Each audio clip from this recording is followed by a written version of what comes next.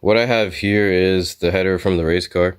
You've heard it and seen it in action for a while. This is like the third iteration, I think, of it. The whole point of an exhaust header is to get exhaust out of the engine and into the atmosphere as efficiently as possible. But once you add a turbo into the equation, its purpose changes dramatically, because the engine wants to get rid of exhaust and just dump it, but the turbo wants to say, hang on, I need that back pressure to actually spool because I need pressure differential. So what you want for your engine is you want low back pressure for the exhaust to get out, but you want high back pressure for your turbo so it has enough pressure ratio to make drive torque to spin the compressor to make boost, right?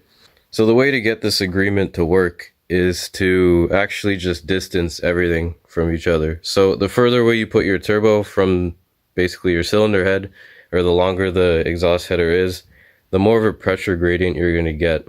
So basically the pressure is going to be lower right at the exhaust port of the engine versus the inlet port of the turbo. And how do I know this, you may ask? When you see a turbo header glowing, it always starts to glow in the high pressure zones first. So if you have like a restrictive weld or something, you'll see the glow start to propagate from there.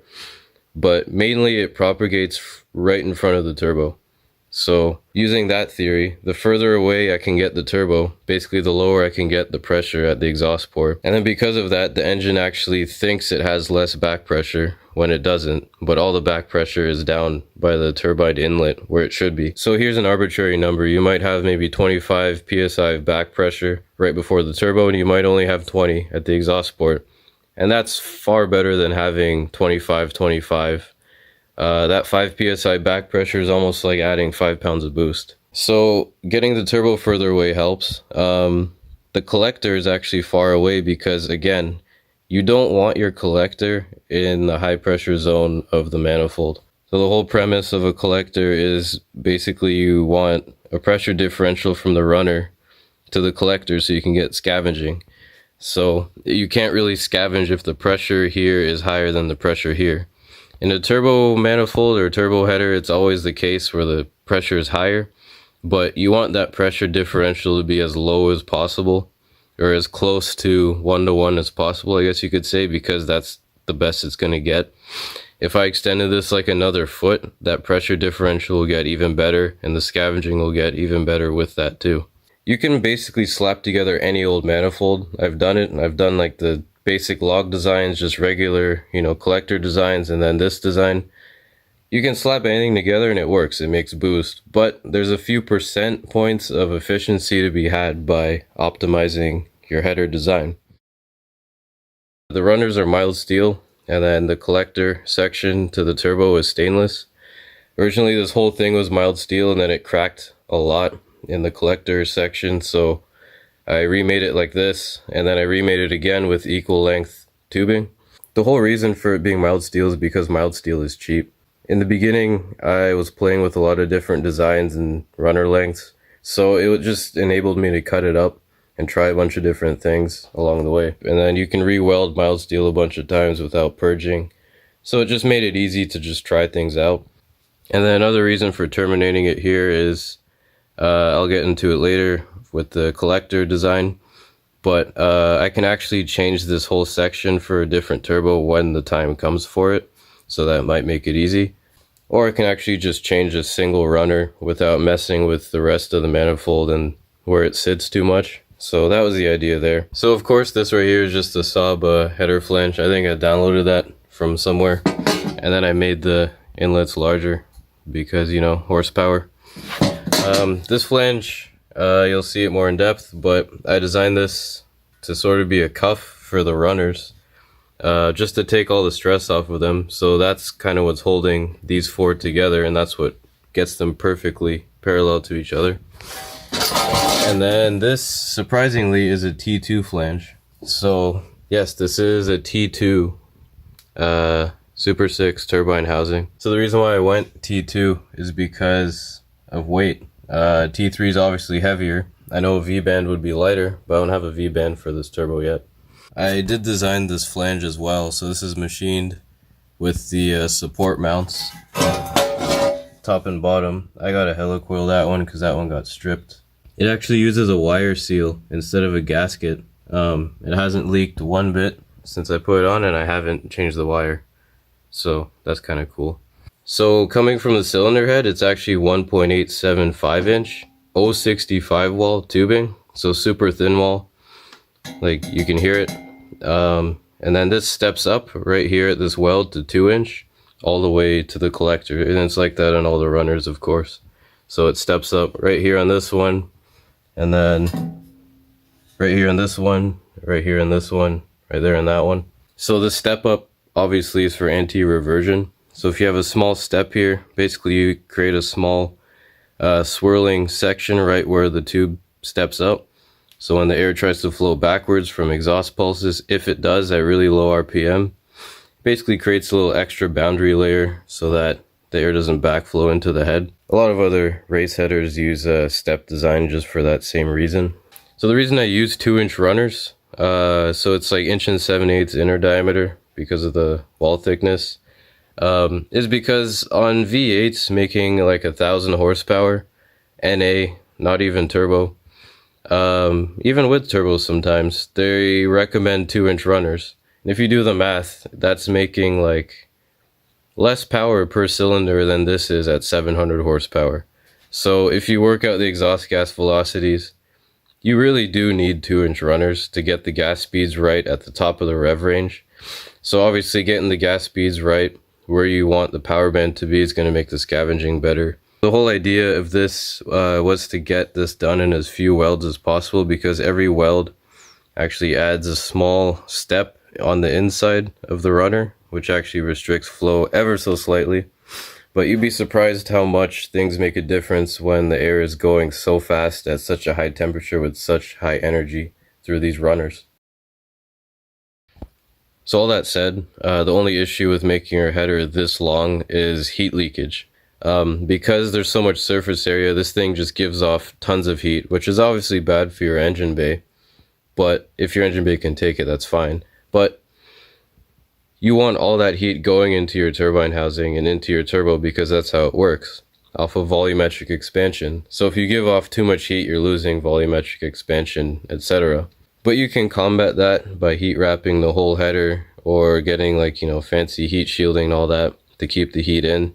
And then you'll pick up spool from doing that ever so slightly.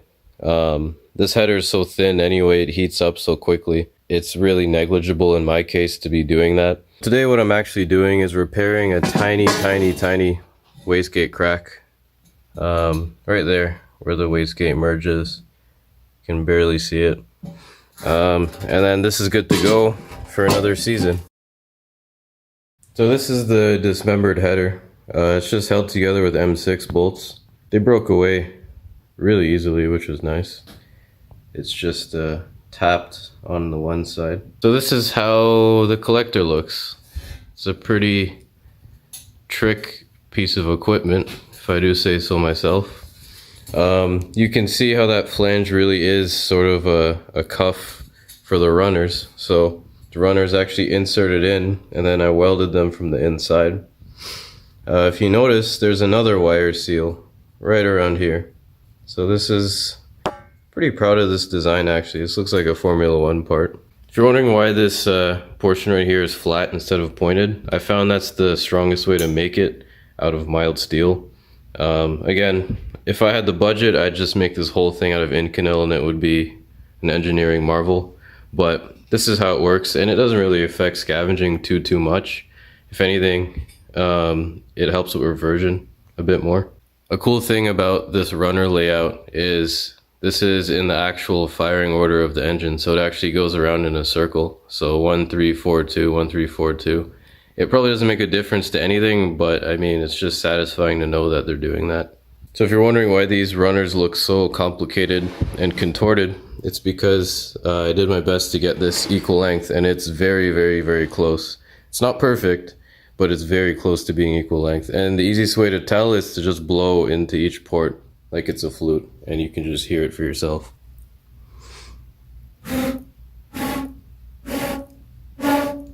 So this is the shortest one, this is the longest one, and these two are pretty much the same. But we're talking within like 1/2 inch, 3/4 of an inch of a difference. So this right here is the collector section of the manifold. You can see it has really heavy wastegate priority, which is how I can get away with such a small 38mm wastegate. So this is what the inside looks like. It's nicely blended. On the outside it doesn't look like it's a nice transition, but it's very smooth on the inside. I spent a lot of time getting this to be like that. This right here is actually just a Summit Racing stainless steel collector that I cut shorter or something, and then had to, you know, cut around it to shrink the diameter to make it fit. And this tube that goes from round to square, oh my god, I spent forever trying to form this by hand. And then yeah, you could see it's a very nice fit. I actually think it's beneficial to have a collector that's big and open like this, because you have a really nice expansion zone after the runners come together for scavenging. So I believe that helps in a way. Maybe at really high RPMs, because it's so big, the velocity isn't very high at low revs. So again, this is just 065 wall, so super thin stainless. This is actually the thickest tube on it. This is 1/8 wall, and that's why it keeps on cracking here. I had to repair this one time before. It's because of the difference in thickness. This heats up slower, so it expands slower, so then it wants to crack right in the crutch there. But that's fine, I'll re-weld it and then we'll be good to go. So I hope you enjoyed that little rundown on this weird piece of fabrication. Number one reason for me building this is because I wanted a lightweight header, and I wanted to test out ideas. I wanted to make something with a 0-degree collector. I wanted to move the collector further away from the turbo, long tubes, 2-inch runners. I wanted to see how all of that worked, and it works very well. So I'm going to take all this data I took from this header and build an even better one down the road, but I'm going to run this again this season. So key takeaways from this is a longer header is a better header. Larger diameter tubes is better as well, up to a certain point, of course. 0-degree collectors such as this will only help you. You can get much better scavenging that way. And then spacing your collector further away from the turbo will actually improve scavenging even more. And then I guess use thin wall if you want it lightweight, and make sure you support everything so that it doesn't droop and crack and the turbo falls off and bad things happen. So hope you enjoyed that. I got to get this welded, and then it's going back on the car, and then we're going to fire it up.